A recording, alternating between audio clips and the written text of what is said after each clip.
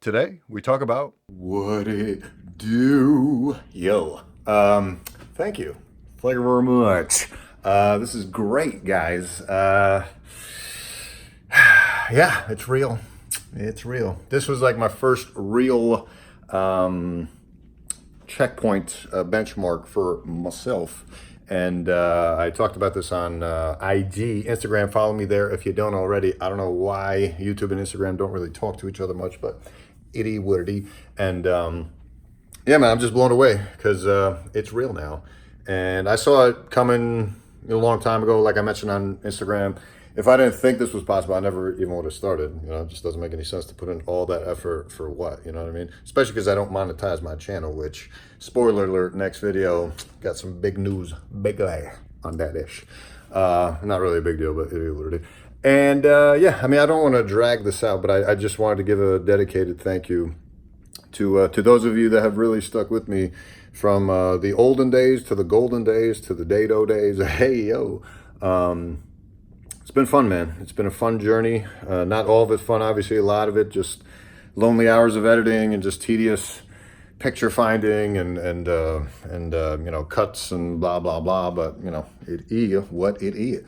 And the bigger picture here is yet to be told. You know, who knows where this is headed. I'm very appreciative of le support for excuse me, 6 figures and potentially 7 figures and all that stuff. And obviously, you know, with all these goofballs out there getting there, who's to say that this goofball can't get there, right? So, you know, that's the goal, but, you know, it's not about the numbers. You know, I feel like a lot of young people, especially grew up in this social media era, think it's all about the numbers.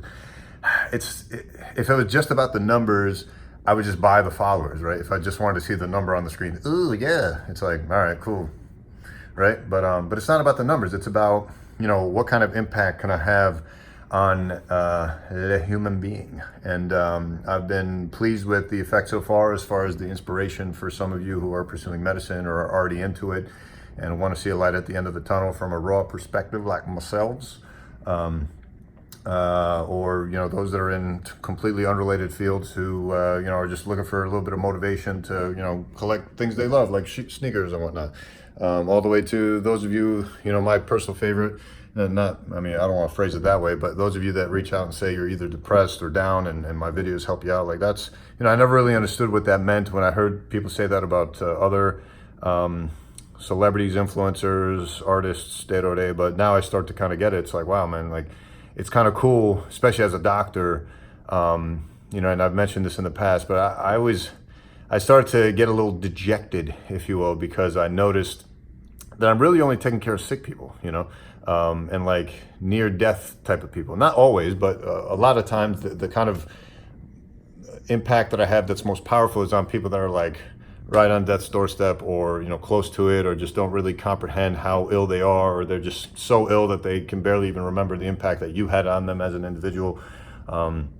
Which is not why we do it, but, you know, it'd be nice if, you know, we were considered a superhero to everybody, right? It'd be cool. But that's just not the reality, and that's not the reason you should do it, but it would be nice, right? But then when you realize how many more people there are out there that aren't physically to that level sick, or, you know, or just sick to a different level, whether it's mental health or just, you know, just mental psyche of young people who don't get, you know, the kind of medical illnesses that I deal with on a day-to-day basis. But, you know, there's so many more people that could use help in other facets, whether it's purely entertainment or what have you. And it's nice, especially with a platform like this, to be able to give that to people on a much wider scale, much quicker scale. And, you know, even while I'm asleep, I'm able to offer that to you. You know, you can access my videos at any time and have that at your disposal. And I'm, you know, super blessed to live in an era where that's possible now, you know. And I love the fact that I can have that kind of impact as well in terms of helping people, because physically at the hospital, I can only help, you know, 20 to 25, sometimes at max 30 individuals a day. Whereas with this online thing, I can help thousands to hundreds of thousands to potentially millions someday, and all at once, and forever potentially. So that kind of impact is very powerful. You know, as far as next chapter, I don't have anything specifically planned. I'm not doing anything much differently, so to speak.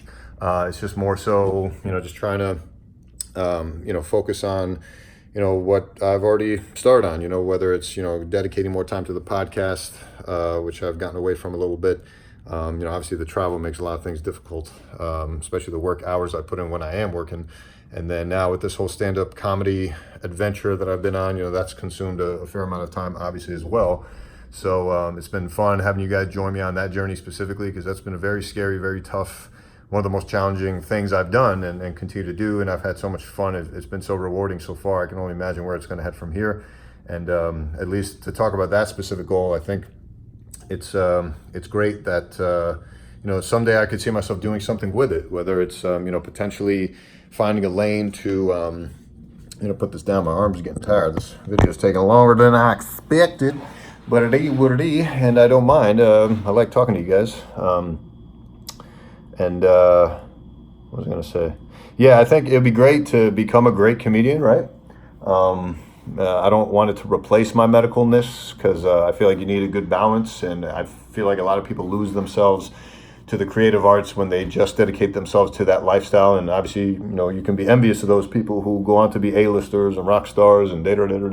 But, there's a dark side to it too, because when people challenge, your contributions to society, you have to sit back and think, well, yeah, what I'm doing is just bullshit, right? It's just art. It's just a creative expression. It's not this tangible thing that you can characterize. It's very subjective. It only helps and connects with certain people, but not others, And as long as I keep that medical piece, I feel like that'll A, keep me grounded, B, give me a solid foundation when anyone ever challenges or criticizes me, to just be like, yo, I save lives, bruh. I do have an objective impact on human beings, literally, so you can never take that away from me, you know what I mean? So, and to incorporate that into my art would be a cool thing to do. So that's going to be something I'll pursue in some form. I don't know. I don't have like a roadmap, obviously this kind of thing doesn't have a roadmap, but it's just been fun, especially being in New York City, and I've had friends in New York City and still have some friends in New York City, but they either, they have their own lives and they do their own things. They have their own interests outside of mine, and a lot of them have moved away. So, I got to forge new paths and meet new people, and what better place than the greatest city in the world. So, and to meet the funniest of those people in the world, like that's been such a dream come true so far. And I've only met a handful of them. Who's to say who else I can meet along the way? I would love to meet some more people in a lot more influential fields as well, but especially comedy, because I've always been a fan of comedy. Comedy's always been a refuge for me. As a kid, as a medical student, when I got to medical school, I basically focused solely on comedy as far as a genre of entertainment, because I was just, I had to be so serious at school and at work. It was like my outlet was comedy. So I've always been into being goofy and with the influence, people like Jim Carrey, Robin Williams, and other animated characters like Dane Cook have had on me. That's just what I've known, and I'm starting to realize now I embody a lot of that more so than a lot of other people, and especially add in this comfort with this little lens right there. I feel like I have a very special value to add to the human race, which is a cool thing to think about. And I want to have fun along the way, man. And I want to see the world, and I want to connect with people with like-minded values and dreams and aspirations, and connect with people that way, because, I want to do stuff and I want to see stuff. And one way to do that is to make a lot of money.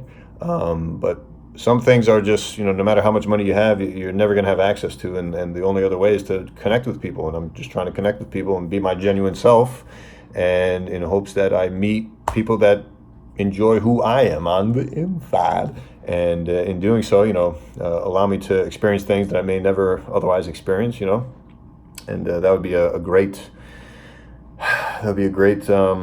thing. And what else? As far as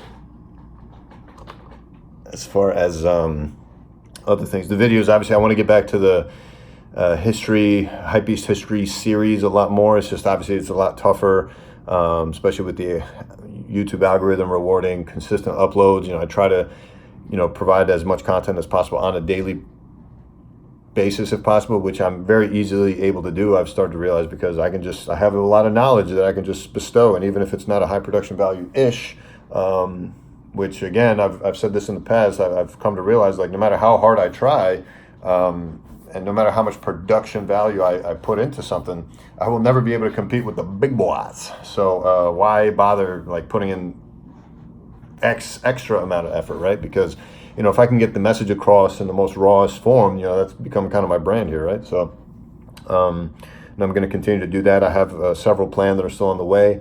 Even if you guys have suggestions in the comment section about specific brands you want to see, obviously I start to compile lists for my Q&As of questions you guys want answered, but also specific shoes or specific labels you want me to look into further. Obviously, if it's a brand that I'm not really into, then I'm not going to do it. But, especially if it's one that a lot of people really request and it's something I'm a fan of and I just totally was oblivious to it or didn't think of it as a priority compared to you guys. If you guys prioritize a certain shoe or a certain brand more so than I did, then I'll kind of put it into the front burner instead of the back burner.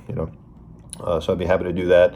Like I said, I have some still on the way, like way ahead in terms of videos, because these, especially the stand-up videos, are very quick to edit and upload, and I do a ton of them now. So it's been fun to kind of document my journey and have you guys follow along the process, because if someday it becomes a thing, it'd be cool for you guys to, or for up-and-coming comics down the line to like be able to look at me and say, oh, I mean, I'll use Dave Chappelle as an example, but like if you see a masterpiece like Dave Chappelle now, you're like, oh shit, that's amazing. But like, imagine if you had access to every single set Dave Chappelle has ever done from the very freaking beginning.